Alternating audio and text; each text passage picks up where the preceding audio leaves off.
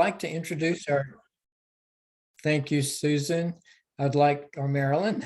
I'd like to introduce our speakers for the day. They're from Positively Empowering Kids, Empowered Kids.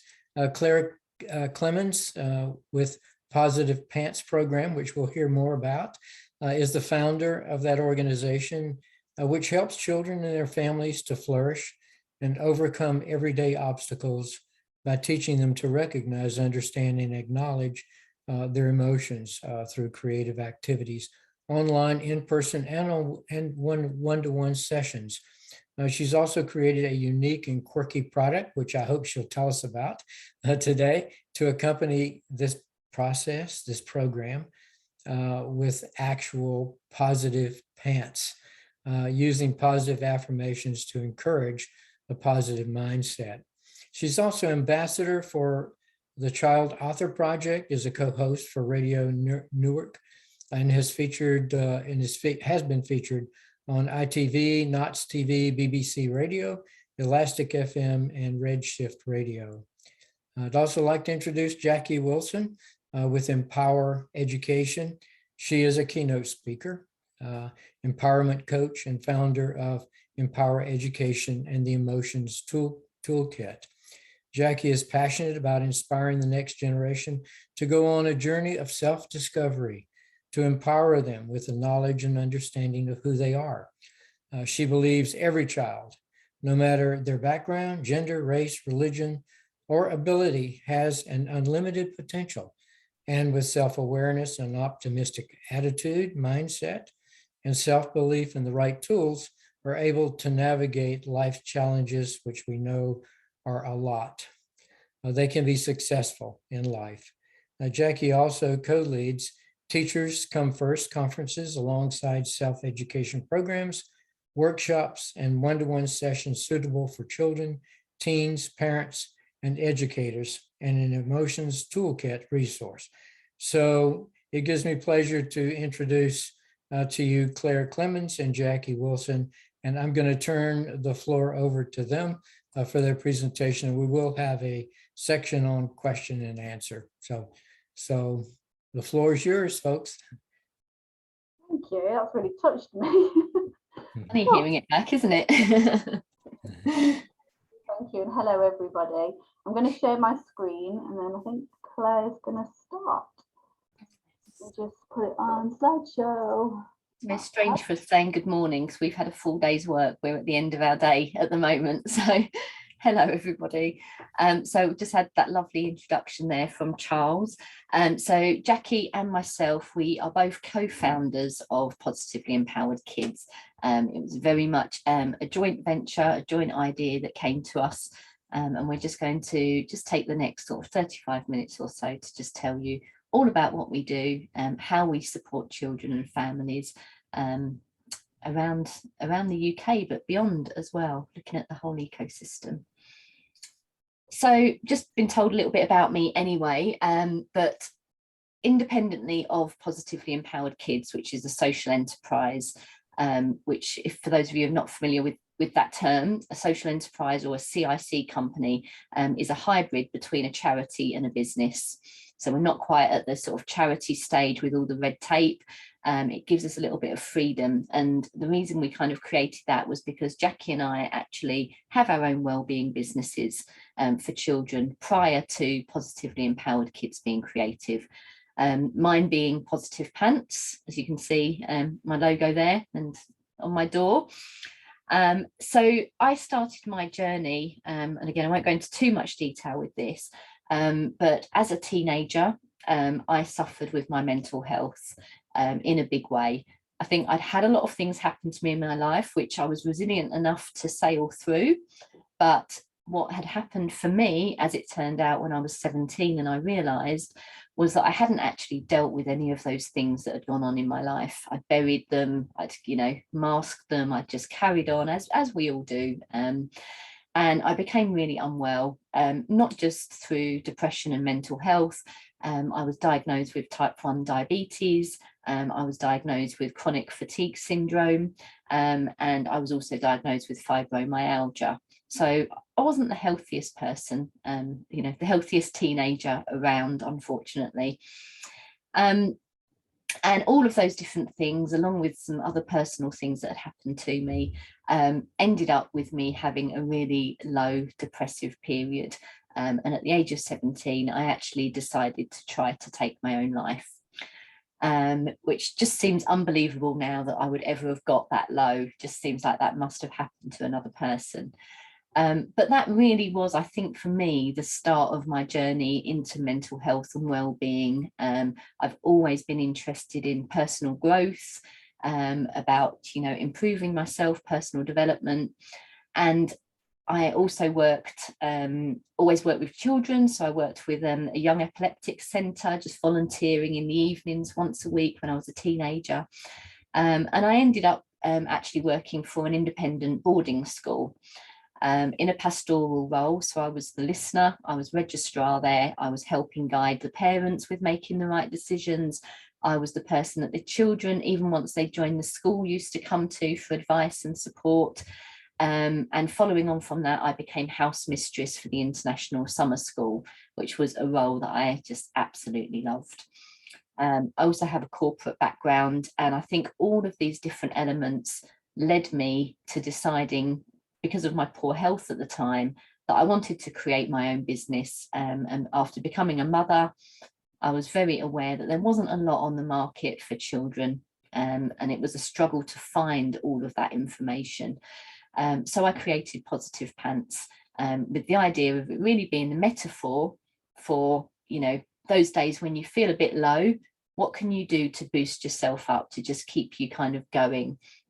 So that's what Positive Pants was. So I have my book, you can see the cover there, became an Amazon #1 bestseller last year with my book, with loads of different ways, little rhymes for young children to see all the things that they can do to have a positive mindset, things that they can do to make themselves feel good when they're feeling a little bit low, including, of course, putting on your positive pants, which are also an actual product. It started with a product, although it's less so about that now. It's more a kind of an ethos, a way of life.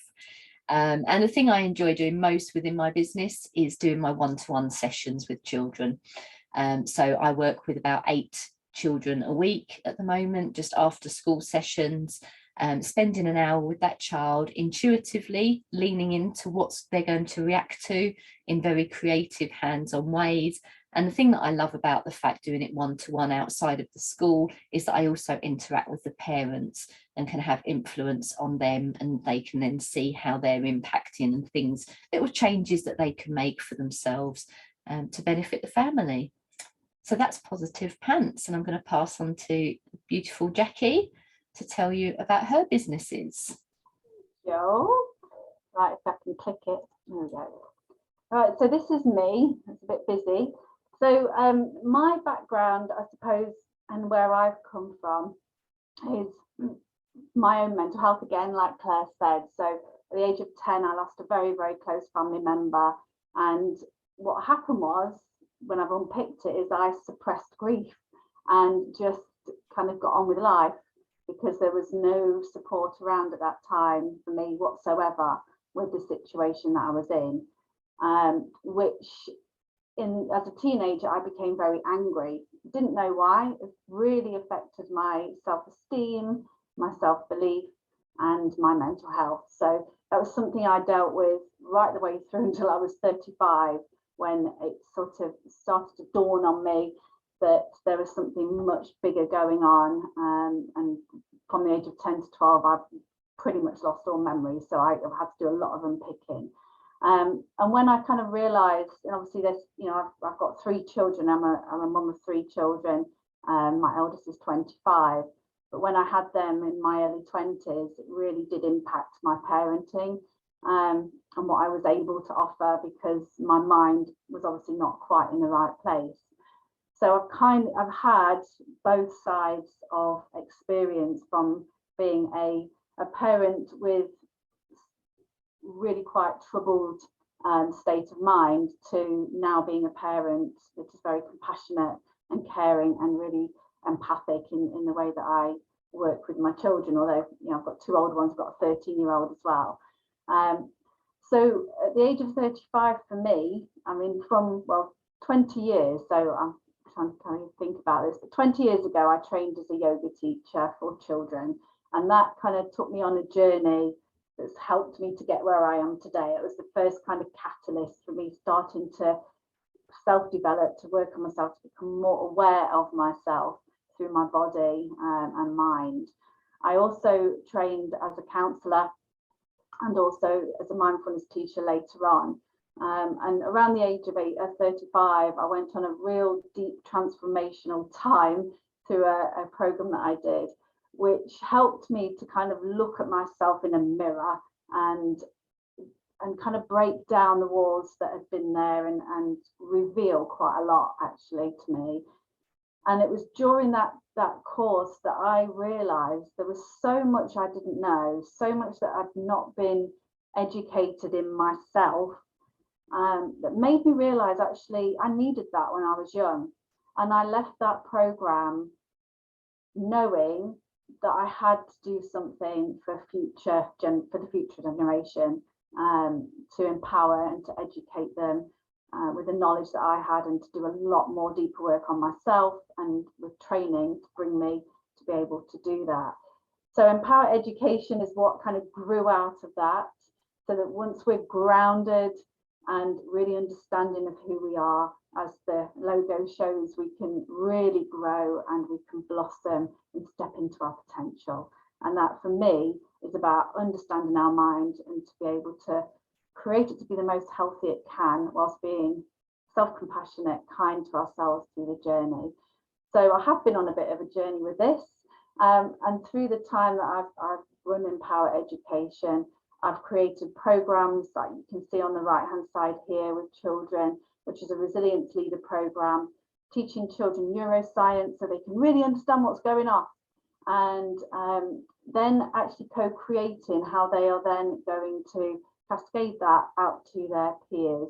So we can see in the centre here some children teaching other children in the school all about their brain, techniques and tools which we use to be able to navigate their emotions. And top picture you can see they are designing a class plan. And then on the left I do a lot of work with teachers, educators. This was a college group of staff that I did an hour and a half with. So for me, working with children from the age of 2, which I have done for 20 years, all the way through to adult is important, because there is an ecosystem which we will talk about that I think is really important to work with. Attached to that, we have the emotions toolkit, as you can see here, which came off the back of meeting an ex-teacher, an artist called Deborah, who is also actually co-illustrated Claire's book, incredible lady. And I asked her if she could create an emotions toolkit for me with her art skills. So that's very connected with Empower. Because for me, if we have a toolkit of strategies, of things that are really going to help us when we're struggling, when we're finding something challenging, it's going to help us navigate it a lot easier. And so we created a book, we have resources, we've got a brand new activity pack coming out on the 20th of April.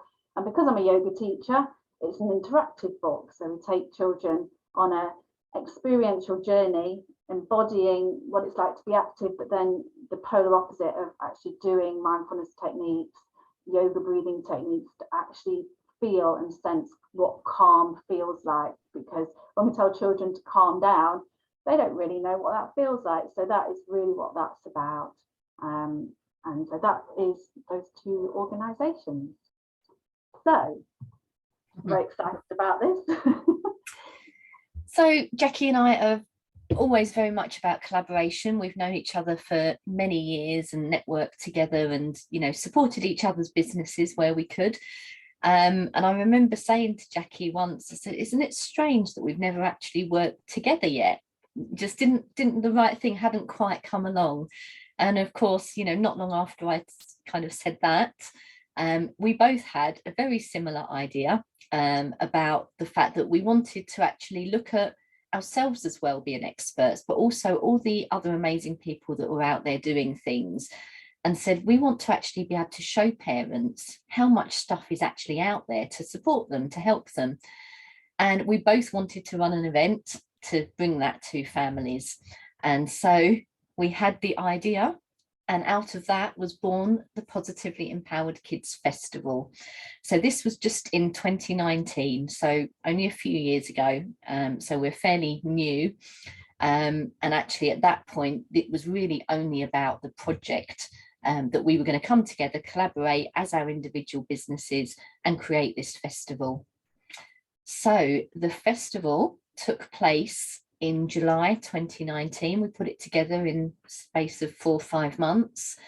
And it was just absolutely incredible. We held it at the racecourse in Nottingham City. We had over 500 families turning up.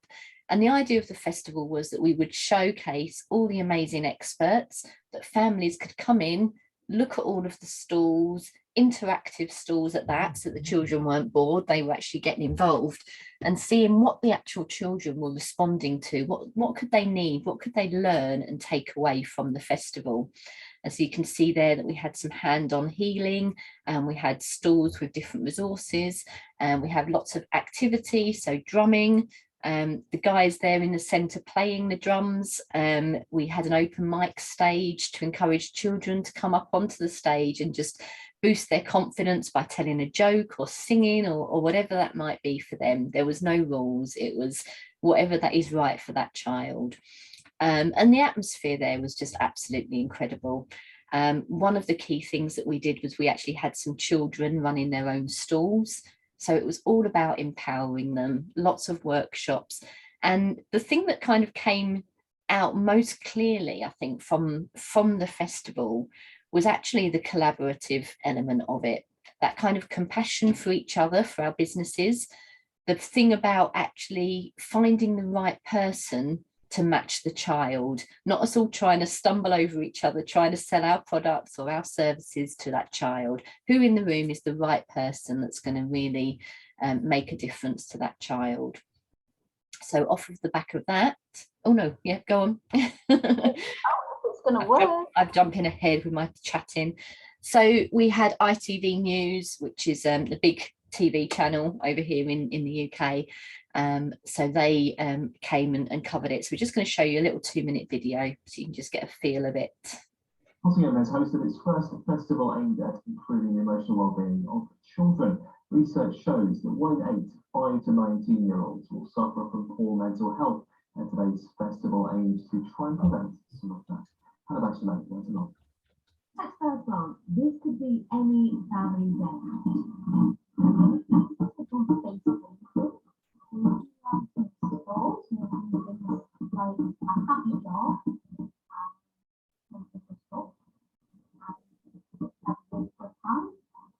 But this isn't just any day out. This is Nottingham's first positively empowered kids festival.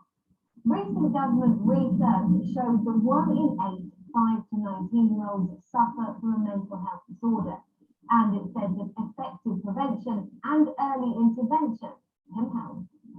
So the organisers of today have brought lots of different people together to focus on helping children with their emotional well-being.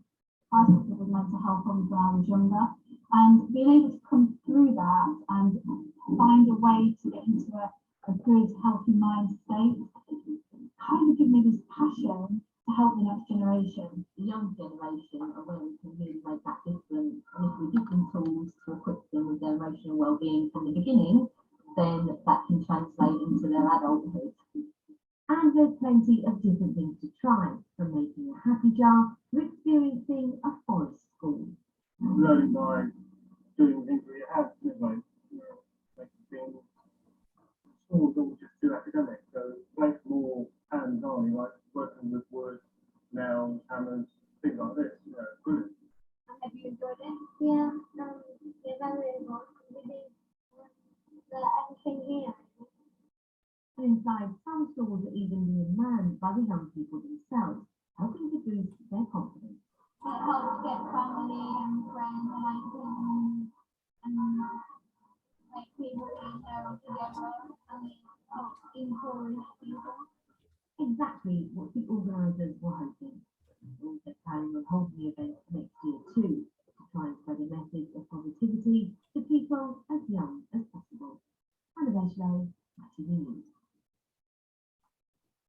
Okay, so I just wanted to mention, I'm just going to kind of go on to the next slide, if I can.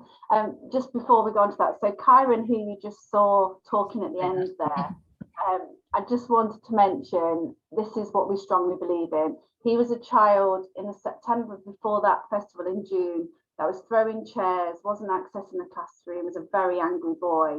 He was a real child with a problem that needed listening to. And through doing that on a one-to-one basis with him and finding out what his passions were and kind of really unpicking things with him, what we discovered was that he wanted to come to the festival and he wanted to run his own little business, and we made that happen. So he sold gemstones at the festival, as you saw there. We got him on ITV to give him that opportunity, and he actually made £100 in UK money in his pocket that day. So it gave him an experience of achieving outside of education, which is where he felt, you know, his self-belief was quite low because of his academic ability. And that's something that, as we go forward, we really want to make a difference with. Claire. So all of that collaboration that happened on the day and compassion led to us then setting up network groups for local wellbeing providers, so that again we could collaborate and support each other and help each other with opportunities rather than just competing against each other all the time. We now have on Facebook, we have a group called Positively Empowered Kids Network, and we have nearly 650 experts in there now. So a really great pool of resources for us to call on at any time. Next slide. Okay, it's me. Okay, so the pandemic happened, as we all know, and we were going to run another festival in 2020, but we couldn't. So Claire and I sat together and thought, what are we going to do? What can we do at this moment to really help families? And this was the outcome. So over 2020 and early 2021, we actually got our experts together and we put on events. Like our first one, well, second one was the Family Wellbeing Day, and we got quite a number of speakers together, I think it's 14 there, to share some of their knowledge online on a Facebook Live event to be able to empower a child or a parent with their emotional health and wellbeing, to help them navigate what we were facing at that time. We did parenting events, we did family festival, as you can see, it's all on there. We had a team takeaway, we got teenagers together to talk about their experiences of the pandemic and what difference or experiences they had, but also what they thought teachers and parents needed to hear from their perspective so that they could actually have their voice heard. And we've also interviewed kids and experts, and we've also had a neurodiversity celebration in 2021 to again bring those young people together to understand what incredible potential they have. And then we also managed to get some funding to launch our Family Empowerment Hub in a similar aspect. So behind all of these headings, we have lots of expert videos, which is all free to sign up to. And it's completely free on our website, and you can download all sorts of different documents to help young people and parents with their well-being. And as you can see, one of the titles here, which is we work with a child and adolescent mental health service to get these headings right. But we know very well that under behaviour, if we're compassionate and empathic enough, we actually get to what is really going on and how they're feeling. This gives us a door in to reach those parents who are just looking at behaviour. And then we have the ecosystem of a child. So with the work that we've done, we know that the child, although a lot of focus is put on children and what needs to happen to help them have healthy, thriving minds, we're going to send them back into the classroom, we're going to send them back into their homes. And unless we actually work with the whole ecosystem, we're never going to make the biggest difference. So this is our ethos and how we work, focusing on the child, family, all of those organisations that surround the child and the community itself, because everybody who comes in contact with a child will have an impact on them. So we, as Positively Empowered Kids at the Centre, are always considering all of those aspects in the work that we do. And then we're on to our core values.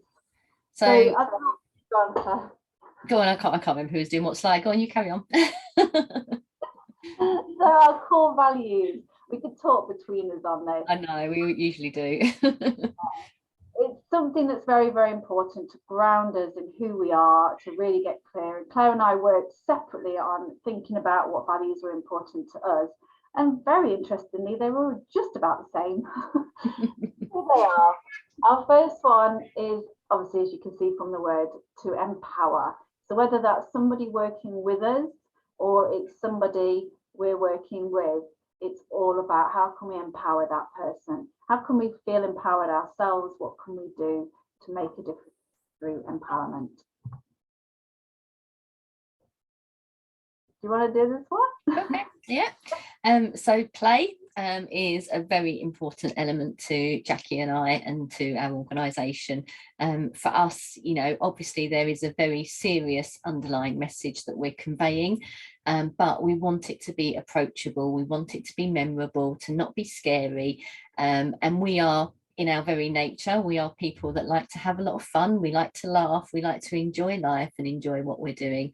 So play is such an important element with every program that we create, every presentation that we create. You know, when you meet us in person, there's a lot of smiling and laughter going on, and I just think that's very important for our own well-being, as well as for children to be able to access what it is that we do.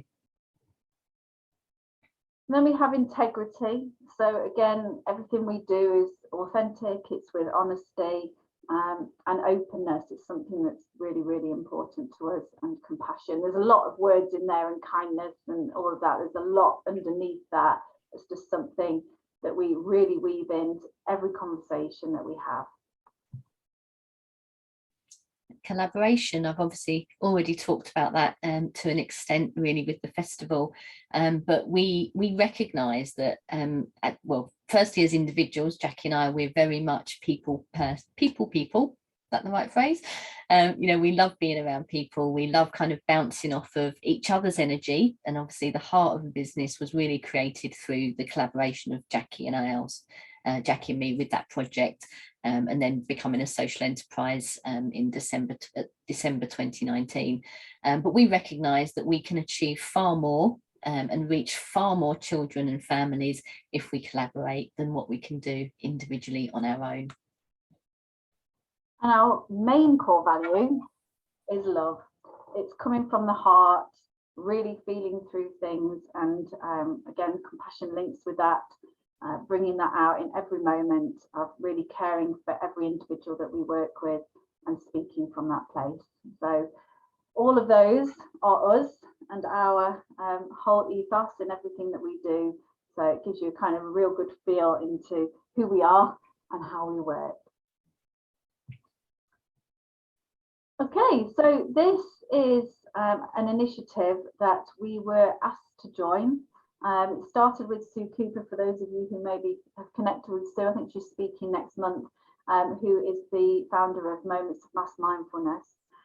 She brought us into looking at creating a pioneering participatory city, and you can see we have various different voices, like Marilyn Hamilton from Integral Cities, Nottinghamshire County Council, Edinburgh Council are represented, a local council and a county-wide council, a community foundation, and Vocalize, who also are part of it. They're not local, but they actually have an online digital platform that we were, through this project, led to create something with. And we actually, from this project, were kind of, what came from this project was the youth were where we needed to start, the young people. We needed to hear their voices. We needed to look at working with the next generation.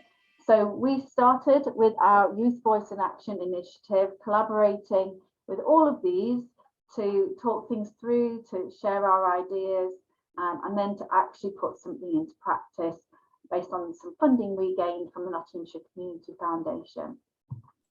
And this is what happened.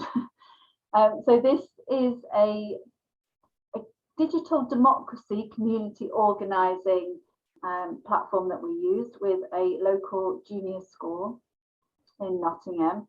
And we trained, I mentioned earlier about my Resilience Leader programme on a kind of train to share model. It's where we get a group of young people together to train them up in this platform, to get them to think of ideas of what they would like to improve in their community, what they would like to improve in their school. Really, really listening to those children. And what came out of it blew our minds. What actually nobody knew, because they hadn't actually taken the time to ask them.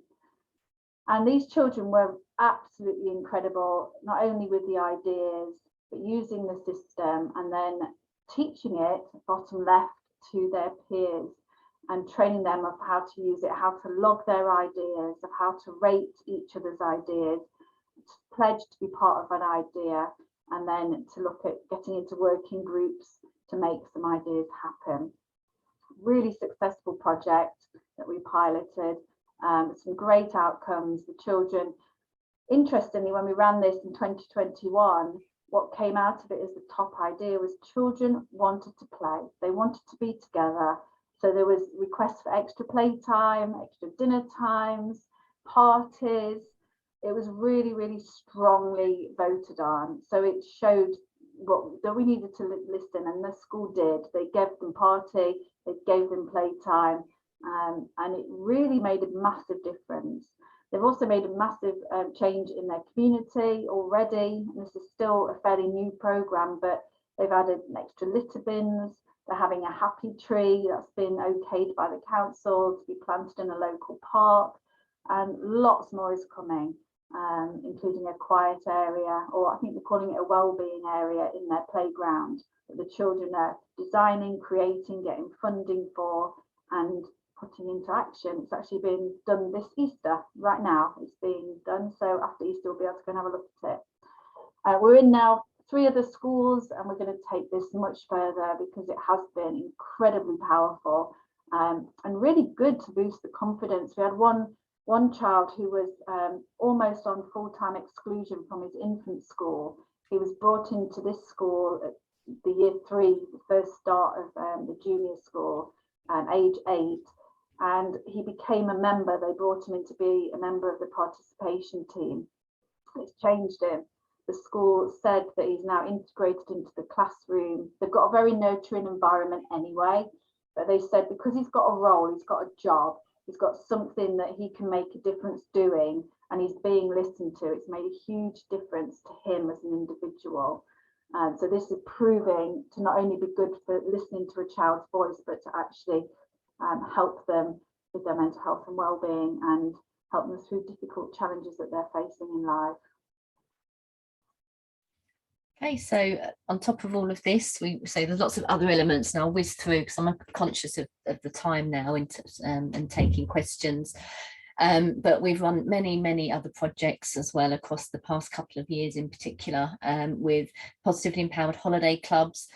These were run in 2 schools, again, areas where the children are from disadvantaged families. So we got funding that meant that they were going to be fed during the day, which is, you know, a basic need. But what we didn't want to just do any holiday club. You know, we did have activities that were, you know, sports related. We had some art, we had music, but we also ensured that every child had a wellbeing session every day as well, to help them tap into just recognizing their emotions, recognizing those feelings, and coming away with actual tips and techniques that they could use to actually help themselves through, you know, through those challenges that they may have. So that was really powerful. And later on we managed to secure some more funding, and we took them all to the Panto at Christmas, which was again great fun. And you know, most of those children had never been to a theatre or to a Panto before. So it's, you know, for us it's about giving those children opportunities to see what's possible for them. The other thing that we did, and this is something that we're working on at the moment so that we can become sustainable, but when we were talking about the ecosystem, we very much recognise, as we say, that it's not just about the parents, it's not just about the teachers. There are other people out there that you encounter every day that are all going to be having an impact in some way, shape or form. And Balfour Beatty, a huge construction company, came to us and actually asked us to design a programme for their workforce, which are predominantly men, you know, in the construction industry, not well known for talking about their feelings and emotions. But the thing that we loved about Balfour Beatty was that they were very keen that we looked at the men in terms of how they could then relate that to their family life. So could we teach them techniques that those men would use themselves, but could actually then take home and show their children? And actually, is the difference in the men's well-being going to be impacting on the family when they go home, which of course we know it is. So we came up with our corporate wellbeing toolkit program. We went in, you know, we said, we're not your average training company. You're not going to sit here all morning with us looking at presentations and PowerPoint slides. We're going to get you playing. So all the things that we do with children, we just did them with the adults. And what that did was obviously using different parts of the brain so that it was more memorable and more impactful. It was hands-on, it was creative, it was engaging, it opened up conversations, we had laughter, and they all came back again at Christmas because they wanted more. So we ran some more sessions at Christmas for them. But as you can see, we had them blowing up balloons and releasing their worries into the air and all sorts of things. And it was just a really successful program, which we're hoping to roll out further afield. And we also have a team. Obviously, we're still working on being able to employ people properly. But these young people, when we say NEET, some of you might not know what that means, but they're not in education, they're not in employment, and they're not in training of any kind.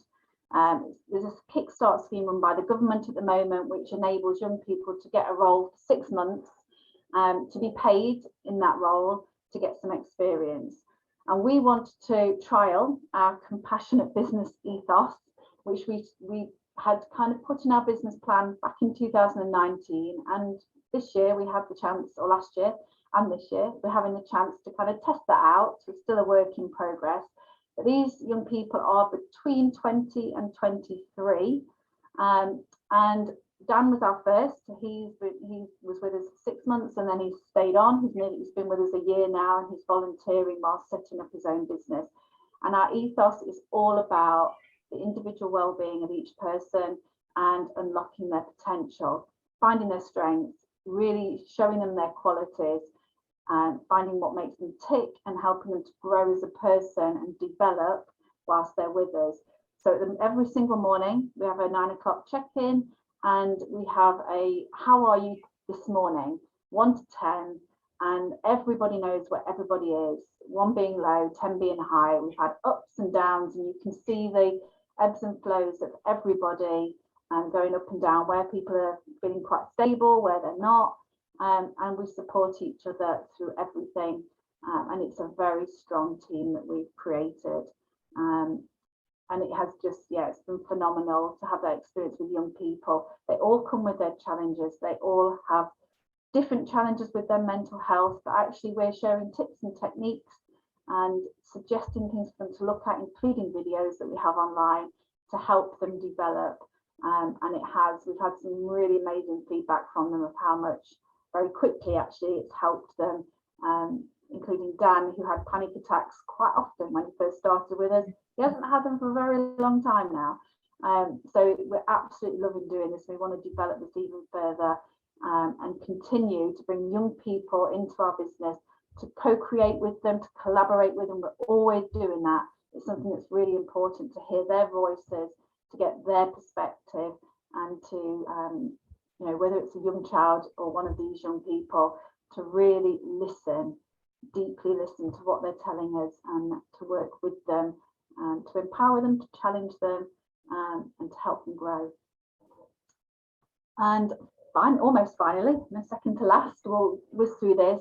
In terms of the community, another part of our ecosystem, again, getting out into our local community, we've partnered with a local building society to use their space, and we've brought experts together just to give free tasters to our local community, again, with the idea of empowering them, giving them little moments of mindfulness, giving them a little person to speak to, or a little, well, even just talking about nutrition and exercise, but those things that you can really make a difference in your life to actually improve how you feel, to give them somebody to talk to. So we've been running those since February, once a month, and we're starting to make some traction with that. So that's something else we want to grow and kind of leave a legacy of, to actually ripple everything we do back to those children, because they are really at the heart of our community.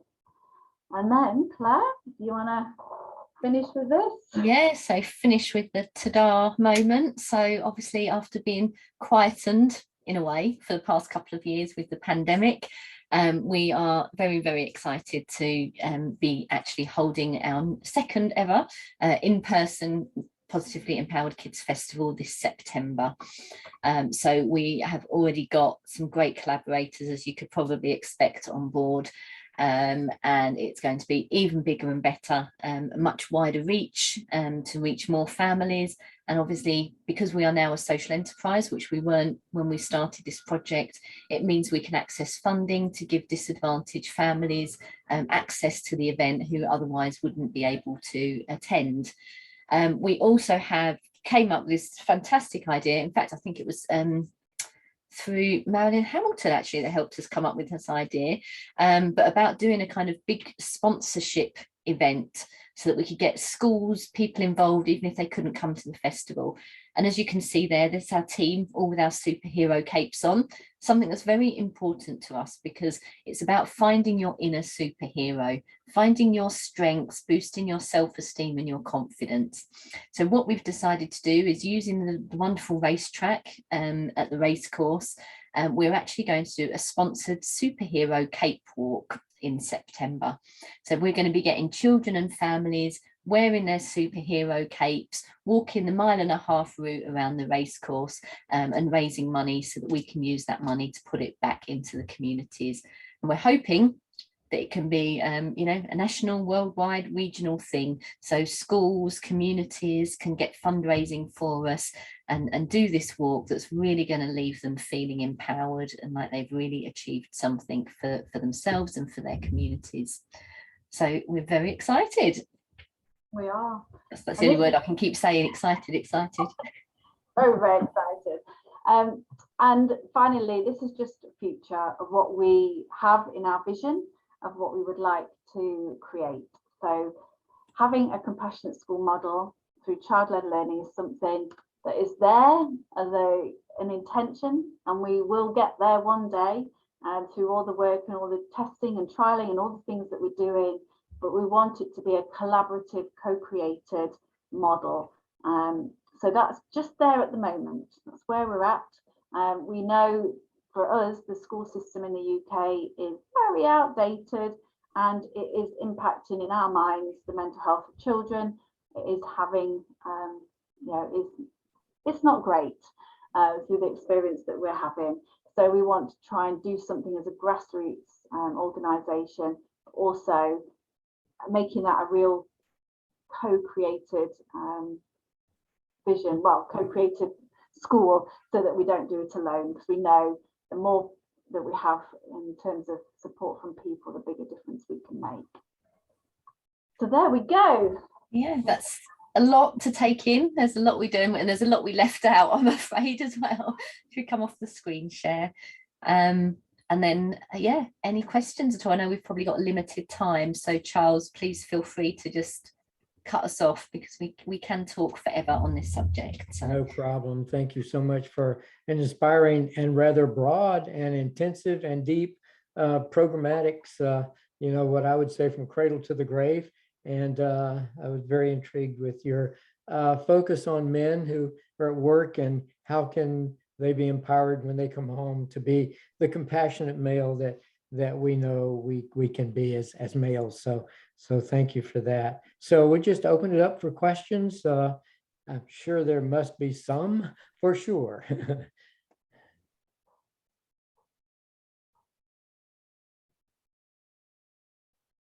Okay, I have one. I think you already addressed it, but it came up specifically for me when you were describing working with I think it was the NEAT, those folks. And that is, you talked a lot about how you had one-on-ones in your different programs. First of all, this was great. Thank you so much. You're doing wonderful work. So it is exciting. But you talked about how they had one-on-ones with you. And then in other times you talked about the group. So my question is, in all these different things, do you do a combination of one-on-ones and group so that they have the experience of both? Or is it just, or some of them group and some of them individual?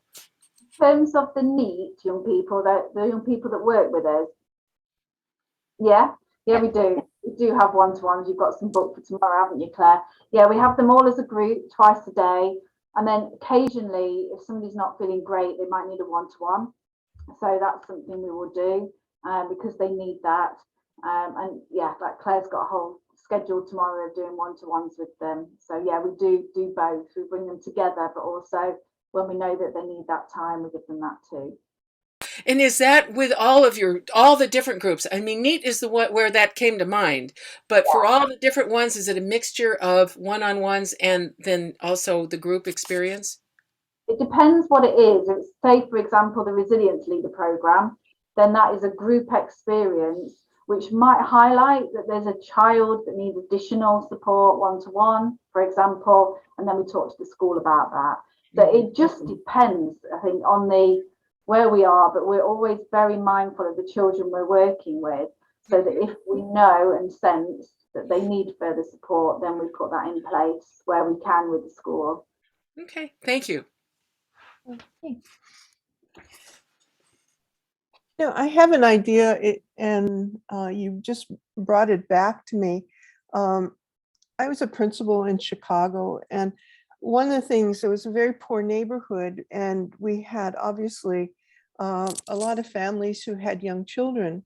So we decided, and in those days, you just called it a daycare center. But what we did, it was in our high school. And so we probably had close to 100 toddlers up to about maybe 4 years old. And the people, we had 2 registered people who knew what they were doing. But then we had all of our high school students, secondary students, who were there throughout the day in between classes, and then finding that they could get credit for doing this. And I just thought of that, and I thought, geez, more of that should be done. Yeah, And I think you're the ones who could do it. When we did our holiday clubs last year, so we had our Kickstarters at the time, obviously working alongside and helping to, they were very new to it actually, but they just absolutely just embraced it and were just incredible. And the children responded so well to them because obviously, there's that generational thing as well. And we're finding that they're picking up the skills through our coaching. So Dan, for example, who has been with us for a year and overcome some significant challenges, he now, if Jackie and I aren't available, he's happy to hop on the call with one of the other Kickstarters, for example, and kind of, pass on what he's learned from us and kind of coach them through some of that. And they were doing it in the school as well, kind of going, right, well, let's just take a moment and breathe. And then if it needed escalating, it could come to Jackie or I. But everyone's got the capability, and most of us do have that compassionate nature that we want to help. It's just knowing what advice to actually offer. So yeah, absolutely empowering the young to help each other. I think everything we do is the kind of train to share. It's like when we're working with these young people, like Dan and all of the others, we are training them every day. They don't really know it, but we are. Sure. And we can see that rippling back out. So they're helping each other. It just warms our heart, doesn't it? That they will say in a morning meeting, You know, if you want to speak to me, just send me a message. And you know, somebody's having like a down day, they will just say it out loud. They don't just expect Claire or I to do it. They will like step in and offer to have a chat because they've had it from us, so they understand how that works. So very powerful. Yeah, I wanted to ask another question, and that was about Peter Anderson's Vocalize. And maybe you can explain it to the people here, but do you find that kids themselves are the ones who use that program much more than adults? Yeah, I mean, we were brought into it to purely work with the children, so we haven't really got a handle or an insight on the adult use of it, to be honest. Okay. But we've certainly seen that when we go into schools, the children absolutely love engaging in it. You know, they say they're having their voices heard. We've tweaked it, you know, in our own way over time, in the way that we deliver it. So, you know, our first session is not actually going onto the platform whatsoever. We have them doing mind maps, talking about what changes they want to see in this community, in their school, and actually globally. And then we start them going through that thinking process of, well, what could, you know, that kind of what if thinking, you know, what could we do? What are our ideas? Getting them to stand up and present those to the group. And they're just so excited by it. And once they start seeing that the ideas that they're coming up with, particularly in the school, which is where we start the focus, obviously, with the funding that we have, you know, when the teachers are sitting there going, well, actually, that's really easy to do. Why haven't we thought of that? You know, it shows them that their voice is being heard, and it's just so encouraging. It's the session that when we go back in, the teachers have said, you know, that's all they've been talking about all week, is when they're going to get on the platform again, when are they going to be able to do our sessions again. So I can't say in terms of the adult, I'm sure probably wouldn't be quite as excited to be going on every day, but for the children, it makes a big impact. Yeah. I think Merida has her hand up as well. Yeah. Well, congratulations, because it is it's a very inspiring program. And I think it's quite easy, I hope, to replicate. And that's kind of like where my question is going, is how do you envision replication in different cities, countries? Is that viable at the moment? How could it happen? It's certainly becoming more so. And I think, you know, again, it's that collaboration, isn't it? The more people that know of us. We've worked very hard over the past couple of years to really centralise and make everything work effectively, particularly in the Gedling borough of Nottinghamshire. And we're all now in talks this year with replicating it to one of the other boroughs, which is Newark and Sherwood area. So they're really interested in what we're doing, and we're making those sort of connections that we made within the council. For example, at Gedling, we're now replicating that and making those connections in other areas. And our aim always was, I mean, going back to the very beginning with the festival, was that with the network groups, we'd started to have network groups popping up in different areas in the UK. So we had 3 network groups running at one point, and they were connecting with local, you know, people in their local area, with the aim for them to all run a festival in their area eventually. So I think what we've got is scalable, definitely. I think it's just finding people with the right values for us. That's got to be at the heart of it. Thank you. Thank you. I was struck by your core values, and the bottom line one being love, you know, because I think without that and compassion, we really have trouble with healing and with our reconciliation and restoration. So I think what you're doing is extremely important, both of you. And I can't help but think it's so comprehensive. I mean, we talk about cradle to the grave, compassion, education, and training. And it looks like that your programs have touched on just about every one of those areas. I am curious as to how you're involved with say parents of kids that are about to be born and kids who are going to want to experience what you have to offer a little later in life. So do y'all have any focus in that particular area? That's one area that I am very passionate about working in. I think it's not happened yet, but for me, if I'd have known what I know now whilst I was pregnant, or even before I was pregnant, what a different parenting experience I would have had. It's the self-awareness for me.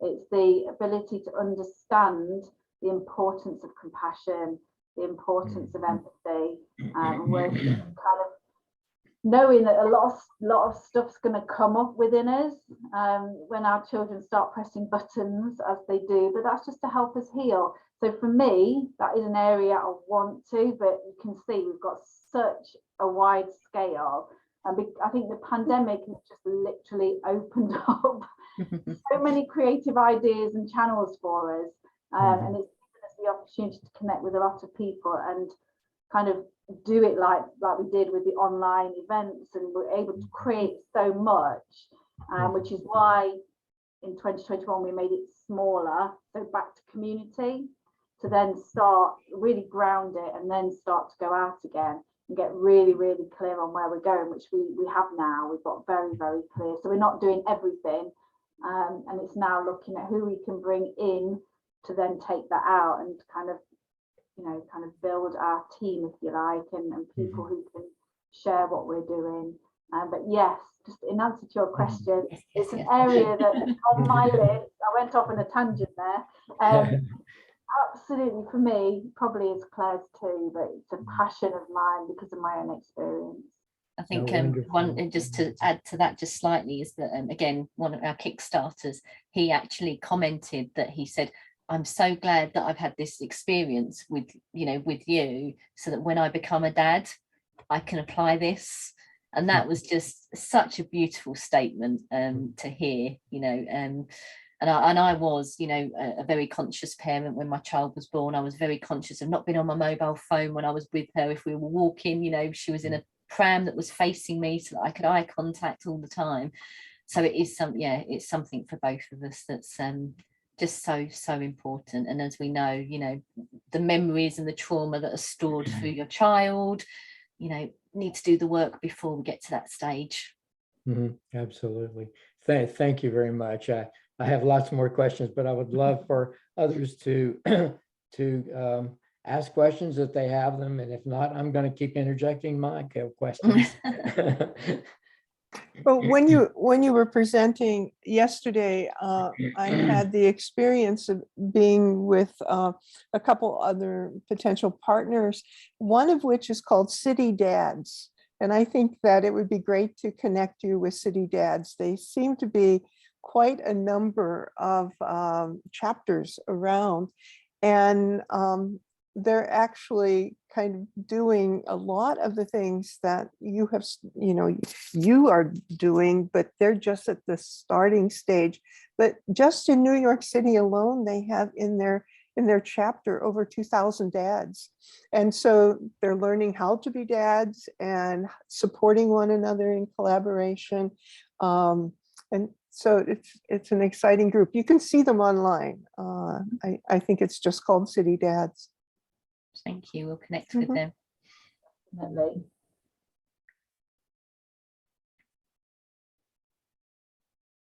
Marita, your hand is still up. Do you have a question? Okay. All right.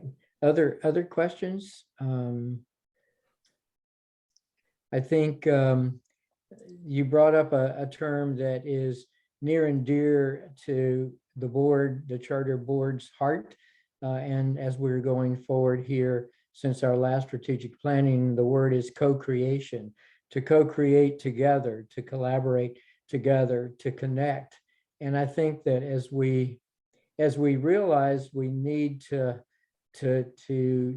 begin to direct our attention to parents, infants, and toddlers, I think the idea, the science is clear. I mean, we are born hardwired for kindness and compassion, but it's like seeds, and unless they're nurtured, during pregnancy, after pregnancy, with good moms, good dads who understand that, we have a ways to go. but together we can do this. So I'm good. Ole, I expected your hand to go up. Thank you. So please ask your question. Yes, well, thank you for an inspiring presentation and for everything you do for the next generation. One thing that strikes me is that it's still a lot about Claire and Jackie, and it's a challenge is to find ways to leverage you beyond yourselves. And I worked in a consulting company called McKinsey for 15 years, and our whole organization was built on an apprentice model. And you are kind of hinting at some of your Kickstarters almost being apprentices. And so I was just wanting to ask you whether you could have a conscious approach to your Kickstarters as apprentices. In other words, people who have kind of a starting point that is suited for taking on a coaching role eventually with guidance, and also as you kind of develop your programs into more structure, that you can have more people operating independently who have been brought up or inspired or coached in your way of being. I think that's something that, thank you, Ola. That is something that I think, without consciously realizing it and knowing it, that's kind of what we're doing. We are kind of training them and giving them the opportunity to lead. So like Claire was saying, Dan does lead the team sometimes. We give them the opportunity, and then we give others the opportunity to step up and lead, and so we want to, like we said, grow each young person to be able to step up and do more. In terms of actually stepping into our shoes, absolutely, they're capable of it, and let's find a way. I think we're just trying to figure out how do we kind of keep bringing these young people through, because it has always been our ethos to bring young people to work with us, to come through and out the other side, whether that is unlocking what they're meant to do, their purpose, you know, their passion, to try to help them to find that, so that they can kind of, it's that journey of self-discovery. What is their purpose, what are they meant to do, where they're meant to go. Like Dan, he's already starting his own business, and we're supporting him with that. So whatever he does, it will come off the back of what we have done with him. But yeah, it is a bit of a thing to think about in terms of how we can replicate what we're doing and bring other people through. But I think with them working with us is a great thing of offering work experience. We just had a 15-year-old with us this week on work experience, and she has absolutely flown. It's been incredible to watch her in just a week of what she's achieved. So yeah, we'd like to, just figuring out the how, and that's something we're not going to be able to do on our own. Yeah, and I think Ola knows us and is one of our ambassadors and supports us with mentoring as well, which is just so valuable, so valuable to us. So he knows the challenges that we face, and I think, you know, again, it's, you know, we go with the universal flow. You know, we trust completely in the universe that the right people come at the right time. Jackie and I are very aware of ourselves, of where we are, you know, self-sabotage from time to time, and you know, what we need to overcome to, you know, to move forward with that, why we might hold ourselves back sometimes. But I think the biggest thing for Jackie and I is our passion for what we're doing, and I suppose for us it's that next step in terms of leadership, and as I say, growing everything, because for us at the minute we still want to be involved in everything because we love it so much.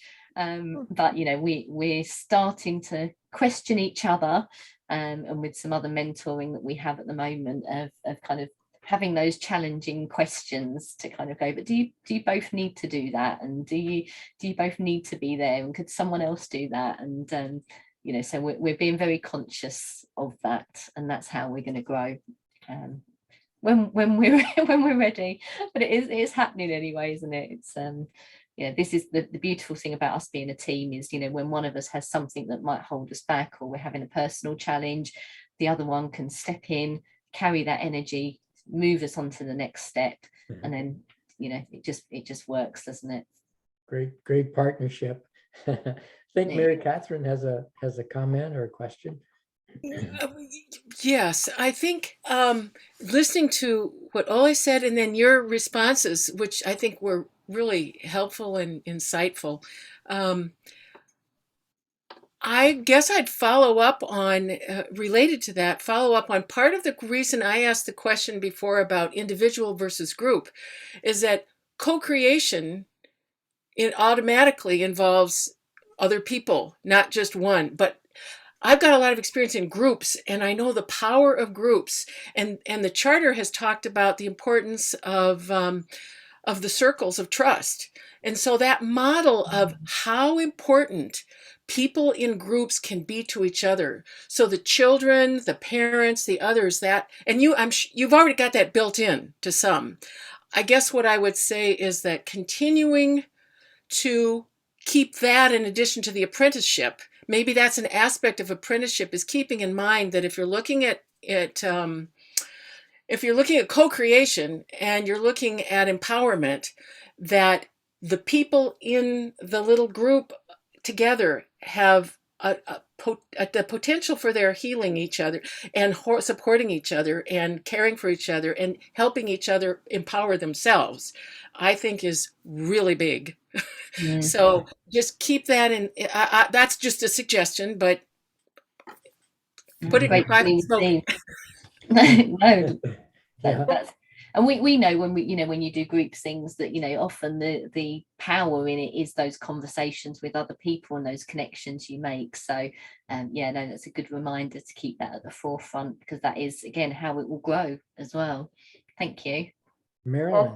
I think we we have those one-to-one chats specifically because actually we need to give them complete attention in that moment. There's a reason why we might need to give them that attention. So in the group we work through things, so we kind of talk somebody through something so others can watch and see. But there are times that they just need to be listened to and have that direct contact with one of us, for example. So we're kind of very intuitive of when that time is, but where we can, we do it as a group, I'd say. Yeah.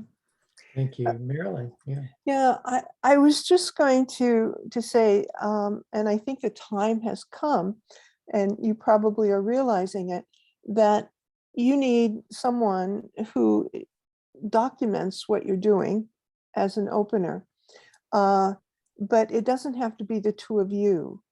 And the thing is that you have so many different approaches to education that by taking a look at what each of these approaches are, who's involved in those approaches, and then almost starting a circle around each of them and saying, what is it that we need to know if all of us disappear tomorrow? You know, what is it that is important to the group? What are our dreams?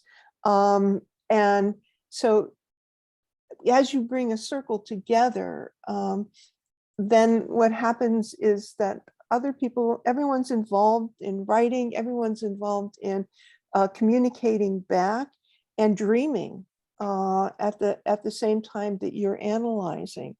So I think that would be wonderful. When you speak of replication, well, first of all, if you do this, you have another book that you can share with people. And you have, you know, some real in-depth look at what other people can take from what you've done. So we need some expertise around that. We definitely You know, I would love to share with you, because the school where I was principal, we created 15 monographs over a period of probably 5 years, because we realized we were coming to a point where we were doing all these things. We were moving so fast. And sometimes it's almost like with the speed of lightning, you're throwing out the baby with the bathwater. And you want to make certain that you don't lose all of the great things and involvement that you had. And so they're not digitalized, they're physical things, but I think it would be a wonderful contribution that you could make by doing that. Yeah, Ollie, I'm sorry. Go ahead, Jackie. You were going to say something. okay. No, I just said it's amazing. That's amazing. Okay, yeah. Ole, before you make your comment or your question, I just couldn't help but think on this call alone. We're looking at Mexico. We had Margaret Hanna on earlier, who's involved with the kiddies with the kit bag, and I can just see connections all over the place in small circles of trust that Marilyn's talking about, and we certainly, the charter wants to foster those kinds of connections and co-creativity. So anyway, that's just a comment. Ole. Yeah, I don't know how the school system works in the UK, but in Sweden, there are people who are going through higher education who have to make their thesis and go out in the world and kind of present something to their professor that they have studied.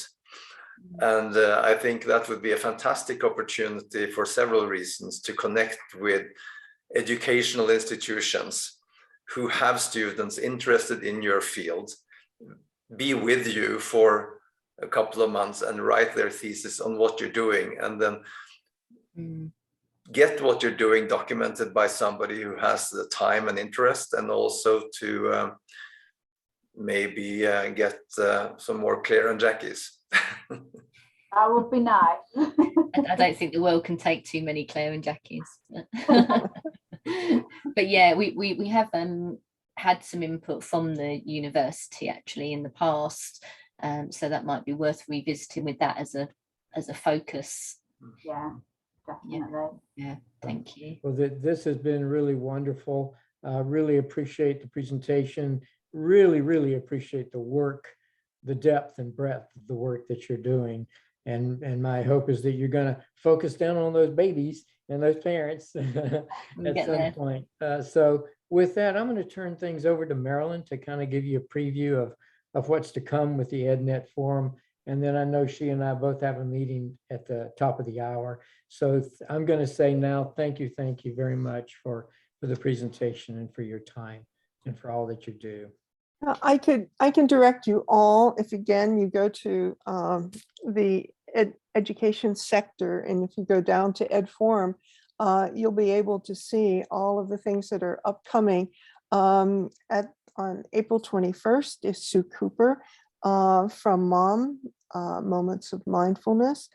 And then after Sue, on May 5th, is the Montessori group from Europe.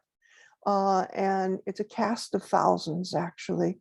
It's the CEO, it's the director of education, and we're being reunited with someone who helped us, Nicholas Carlisle, with the writing of the Charter for Compassionate Schools. And he was originally from No Bully, and now he's moved back to the UK and has started a new organization that's collaborating with Montessori. And then what we're going to do is we're going to move from Thursday to a Monday because we have Dr. Andrew Garner, and his schedule does not allow Thursdays. So May 16th, he'll be doing more of the background, the philosophy of his theory and his work.